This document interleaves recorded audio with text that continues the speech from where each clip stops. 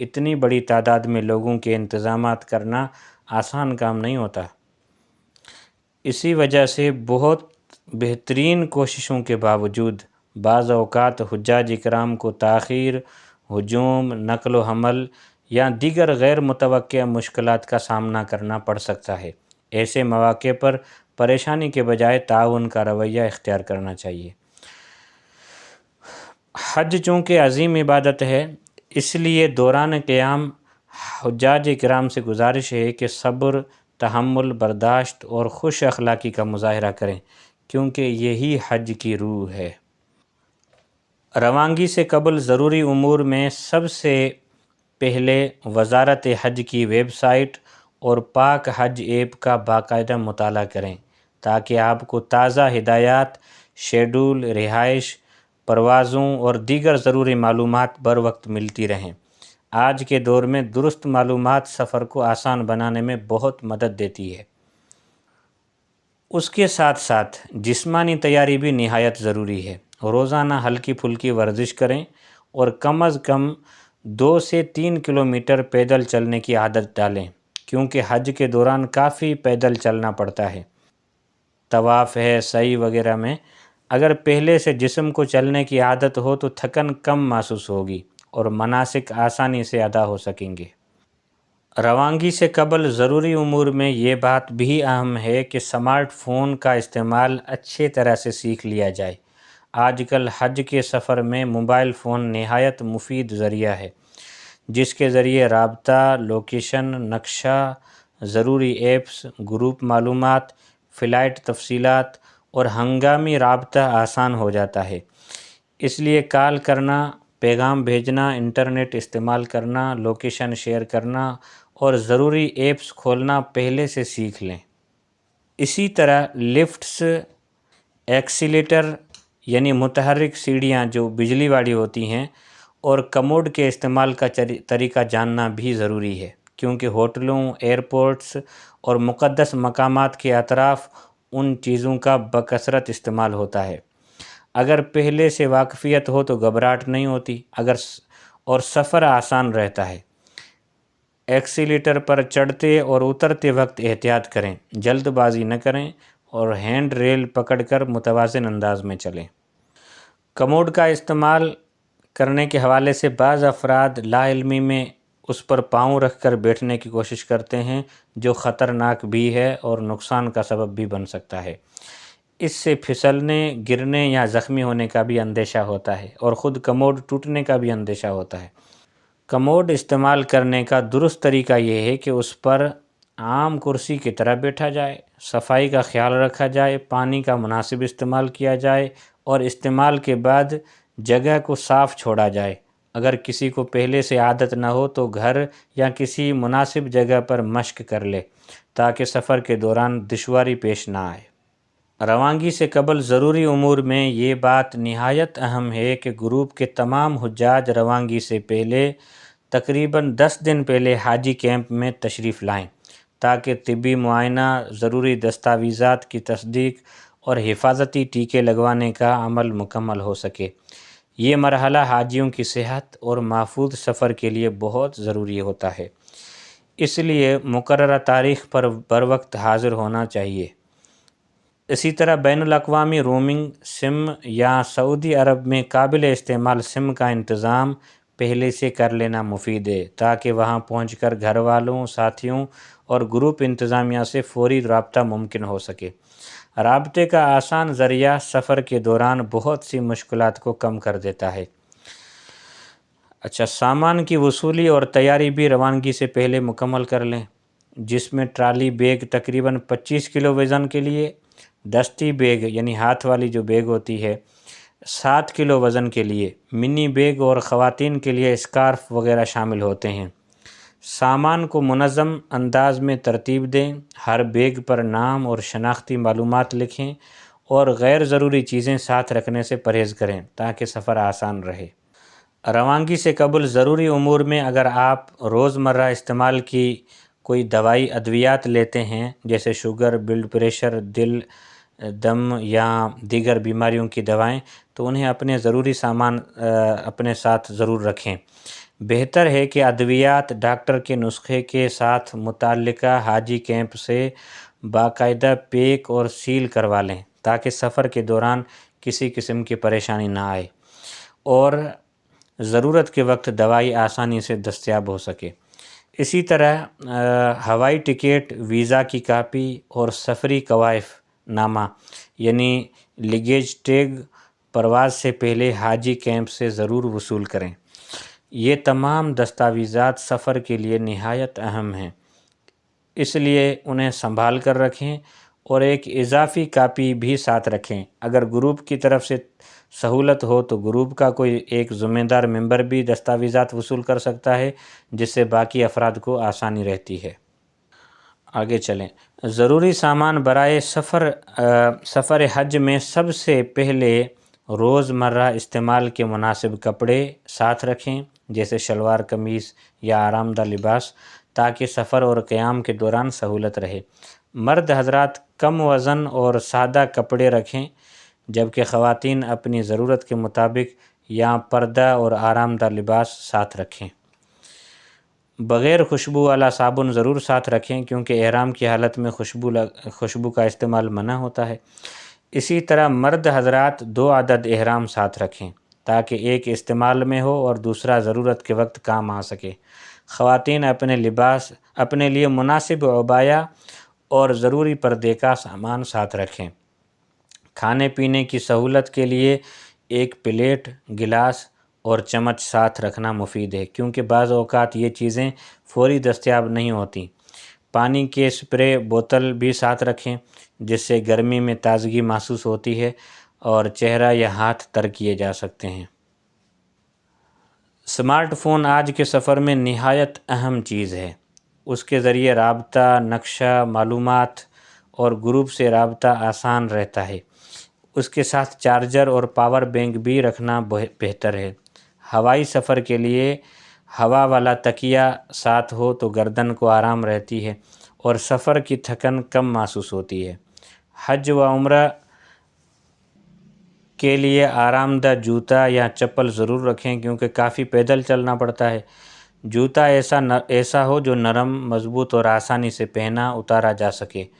سفری جائے نماز بھی ساتھ رکھیں تاکہ جہاں موقع ملے آسانی سے نماز ادا کی جا سکے۔ مالی ضرورت کے لیے کم از کم 2000 سعودی ریال یا اپنی ضرورت کے مطابق رقم ساتھ رکھیں تاکہ کھانے پینے، سفری ضروریات، ہنگامی اخراجات اور دیگر ضروری امور میں آسانی رہے۔ رقم کو ایک جگہ رکھنے کے بجائے محفوظ انداز میں تقسیم کر کے رکھنا بہتر ہے۔ ممنوعہ سامان برائے سفر حجاز کے بارے میں مکمل احتیاط نہایت ضروری ہے۔ سعودی عرب میں منشیات کے قوانین انتہائی سخت ہیں، اس لیے ہر قسم کی منشیات جیسے چرس، افیون، ہیروئن اور دیگر ممنوعہ اشیاء لے جانا سنگین جرم ہے، جس پر سخت سزائیں دی جاتی ہیں۔ اس لیے ہر حاجی کو چاہیے کہ اپنے سامان کی مکمل جانچ خود کرے اور کسی بھی مشتبہ چیز کو ہرگز ساتھ نہ رکھے۔ عازمین حج خاص طور پر اس بات کا خیال رکھیں کہ کسی دوسرے شخص کا دیا ہوا پیکٹ، بیگ، لفافہ یا سامان بغیر جانچ کے اپنے ساتھ نہ لے جائیں، چاہے دینے والا جاننے والا۔ ایئرپورٹ اور سفر کے دوران صرف اپنا ذاتی اور معلوم سامان ہی اپنے پاس رکھیں۔ احتیاط، ذمہ داری اور قانون کی پابندی ایک محفوظ سفر کی ضمانت ہے۔ سفر حجاز کے دوران بعض اشیاء ساتھ لے جانے کی اجازت نہیں ہوتی، اس لیے مکمل احتیاط ضروری ہے۔ سگریٹ، بیڑی، نسوار، گٹکا، پان اور دیگر ممنوعہ یا نقصان دہ اشیاء ساتھ لے جانے سے گریز کریں، کیونکہ یہ قوانین کی خلاف ورزی اور پریشانی کا سبب بن سکتی ہے۔ اسی طرح خواب آور ادویات یا نشہ آور نوعیت کی دوائیں بھی بغیر اجازت یا مناسب دستاویزات کے ساتھ لے جانا مناسب نہیں۔ حکیمی، یونانی یا دیسی ادویات جیسے معجون، سفوف، پھکی اور بغیر لیبل والی دوائیں بھی ساتھ نہ رکھیں، کیونکہ ایئرپورٹ حکام انہیں مشتبہ سمجھ سکتے ہیں اور روک سکتے ہیں، اس لیے ایسی چیزوں سے پرہیز کرنا بہتر ہے۔ اگر آپ روزمرہ استعمال کی ادویات لیتے ہیں جیسے بلڈ پریشر، شوگر، دل یا دیگر بیماریوں کی دوائیں، تو انہیں ڈاکٹر کے نسخے کے ساتھ باقاعدہ سیل پیک کروائیں اور اصل پیکنگ میں ساتھ رکھیں۔ بغیر سیل پیک یا بغیر نسخے کے ادویات ساتھ لے جانے سے مشکلات پیش آ سکتی ہیں۔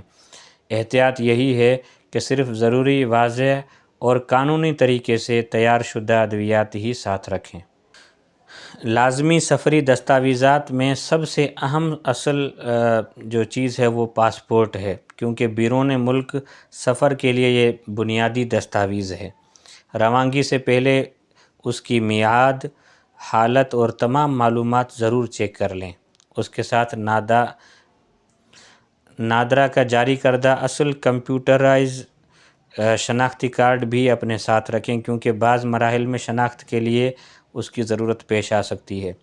پاسپورٹ اور ویزے کی کم از کم 4 عدد فوٹو کاپیاں ساتھ رکھیں، تاکہ اگر کسی مقام پر اصل دستاویز جمع کروانا پڑے یا گم ہو جائے تو متبادل موجود ہو۔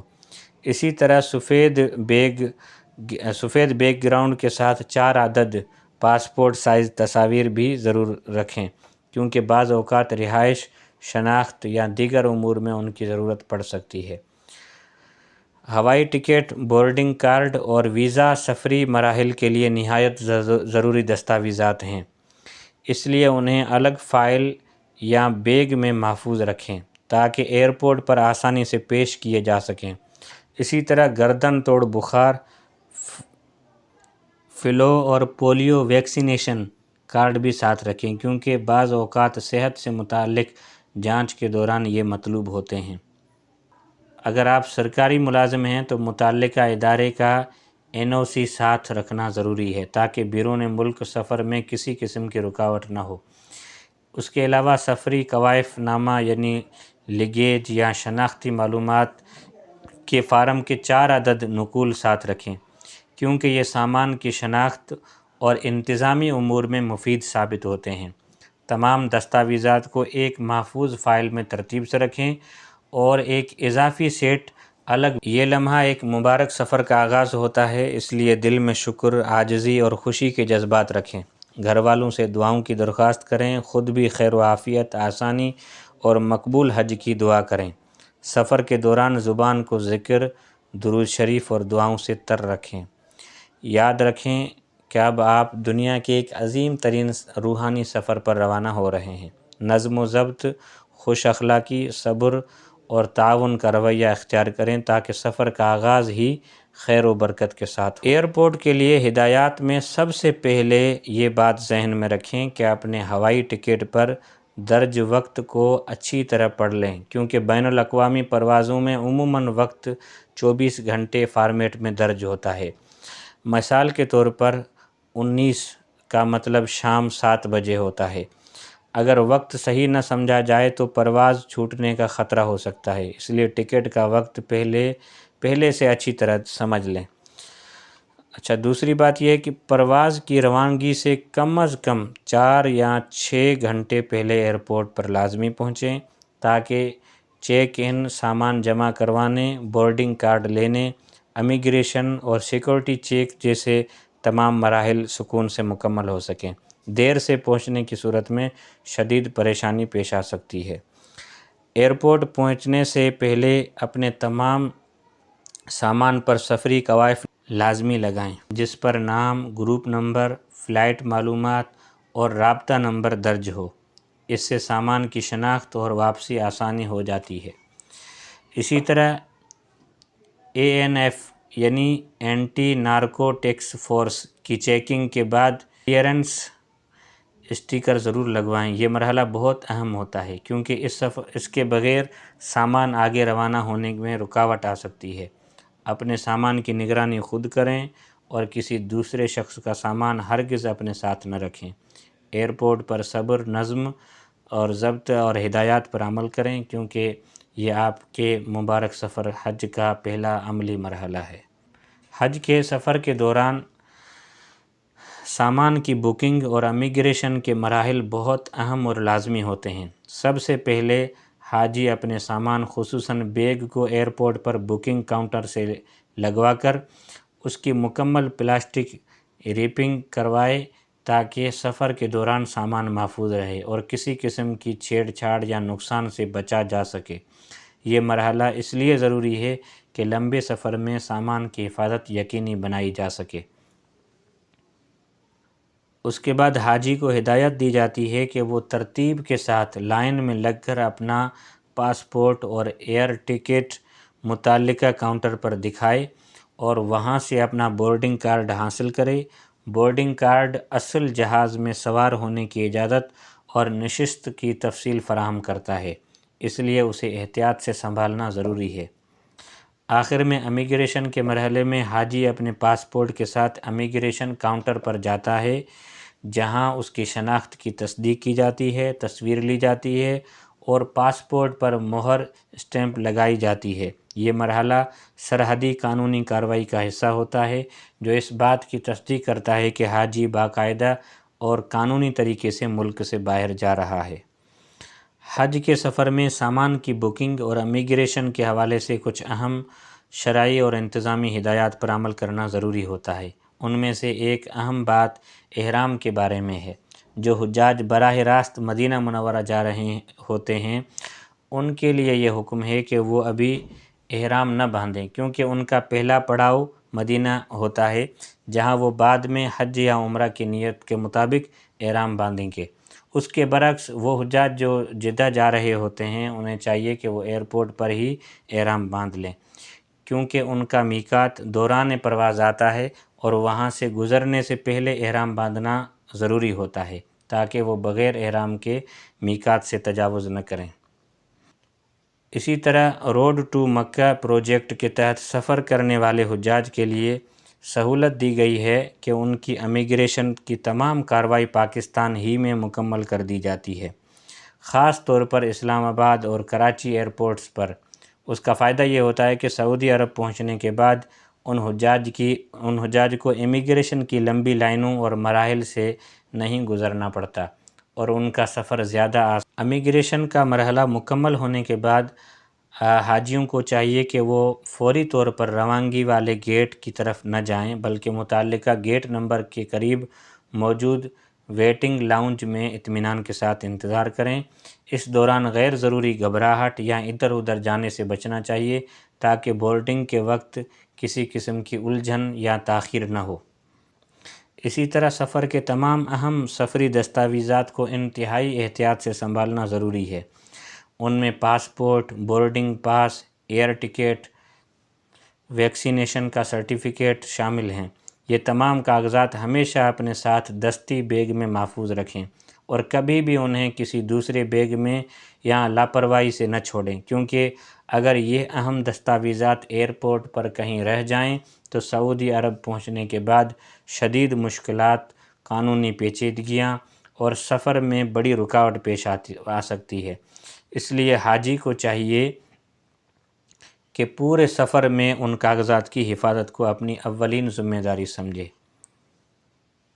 دوران پرواز حاجیوں کے لیے ضروری ہے کہ وہ مکمل نظم و ضبط اور ہدایات کی پابندی کے ساتھ سفر کریں۔ جہاز میں سوار ہونے کے لیے جب عملہ کی طرف سے ہدایت دی جائے تو اسی وقت ترتیب کے ساتھ جہاز میں داخل ہوں اور کیبن کریو کی تمام اعلانات اور ہدایات کو غور سے سن کر ان پر عمل کریں۔ یہ بات سفر کی سلامتی اور آسانی کے لیے بہت اہم ہے، کیونکہ جہاز میں ہر مرحلہ ایک منظم نظام کے تحت چل رہا ہوتا ہے۔ طہارت اور صفائی کا خیال رکھنا بھی بہت ضروری ہے۔ جہاز کے واش روم، کموڈ میں کسی قسم کا کپڑا، پتھر یا کوئی غیر متعلقہ چیز ہرگز نہ ڈالیں اور نہ ہی گندگی پھیلائیں، کیونکہ اس سے جہاز کا نظام خراب ہو سکتا ہے اور دوسروں کے لیے مشکلات پیدا ہو سکتی ہیں۔ ایسی غفلت کی صورت میں نہ صرف ماحول متاثر ہوتا ہے بلکہ آپ کے اوپر احرام یا کپڑوں کے ناپاک ہونے کا بھی اندیشہ رہتا ہے، جو عبادت کے لیے نقصان دہ ہے۔ پاکستان سے جدہ یا مدینہ کا فضائی سفر تقریباً 5 گھنٹے تک ہوتا ہے۔ اس دوران حاجی کو صبر و تحمل کے ساتھ وقت گزارنا چاہیے۔ بہتر یہ ہے کہ اس وقت کو عبادت اور روحانی تیاری میں صرف کیا جائے۔ دوران پرواز مسلسل تلبیہ پڑھتے رہنا اور مناسک حج کا مطالعہ کرنا نہ صرف دل کو سکون دیتا ہے بلکہ سفر کے مقصد کو بھی یاد دلاتا ہے اور روحانی کیفیت کو مضبوط کرتا ہے۔ آج کے ایپیسوڈ میں ہمارا سبق یہیں تک ہے۔ انشاءاللہ اگلے ایپیسوڈ میں ہم مدینہ منورہ کے ایئرپورٹ یا جدہ ایئرپورٹ سے مکہ مکرمہ تک پہنچنے کا مکمل طریقہ اور عمرہ کی ادائیگی سے پہلے کے تمام ضروری مراحل تفصیل کے ساتھ بیان کریں گے۔ اس میں سفر کے دوران رہنمائی، رہائش تک پہنچنے کا نظام اور عمرہ کی تیاری کے اہم نکات شامل ہوں گے۔ تب تک آپ ہمارے ساتھ جڑے رہیں۔